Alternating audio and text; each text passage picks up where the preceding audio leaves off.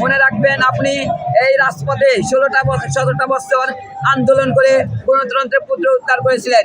বৈষম্য বিরোধী আন্দোলনের সময় আপনি রাজপথে আমাদেরকে নেতৃত্ব দিয়েছিলেন। আজকে আমরা নেতৃত্ব দিয়ে এই সুন্দর একটা বাংলাদেশ আপনি উপহার দিয়েছিলেন।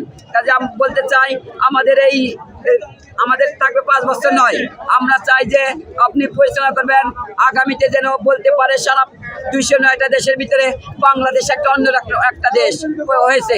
এটা যেন প্রত্যেকটি মানুষ বলতে পারে, প্রতিটি মা যেন ঘরে ঘরে বলে আমাদের ঘরে ঘরে এই তারেক রহমানের মতো মানুষ প্রয়োজন। প্রত্যেকটি মা যেন কথা বলতে পারে।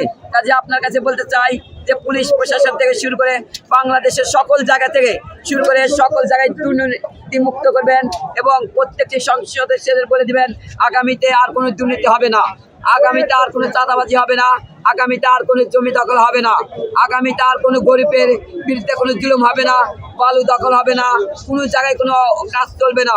আপনি তাদের বলে দিবেন, তাহলে দেখবেন যে আগামীতে যেরকম বিপুল ভোটে আপনাকে ভালোবেসে জয় করেছে, এর পরবর্তী বছরে বাংলাদেশের প্রতিটি জনগণ আপনাকে ভোট দিয়ে আরো বিপুল ভোটে জয় করবেন ইনশাআল্লাহ।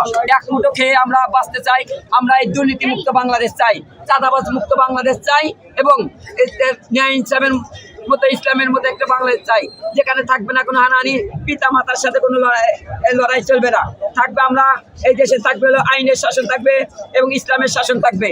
আমরা যেন 5 ওয়াক্ত নামাজ জামাতের সাথে পড়তে পারি, তার জন্য একটা আইন চালু চাই এবং যদি কেউ নামাজ না পড়ে তাহলে ওই ব্যক্তিকে যেন কঠিন ব্যবস্থা দেয়, এটা আমরা চাই। এই 17টা বছর আমরা ভোট দিতে পারি না, আমি নিজেও এই আমার ভোট হওয়ার পরে আমি আজ পর্যন্ত আমি ভোট দিতে পারি নাই।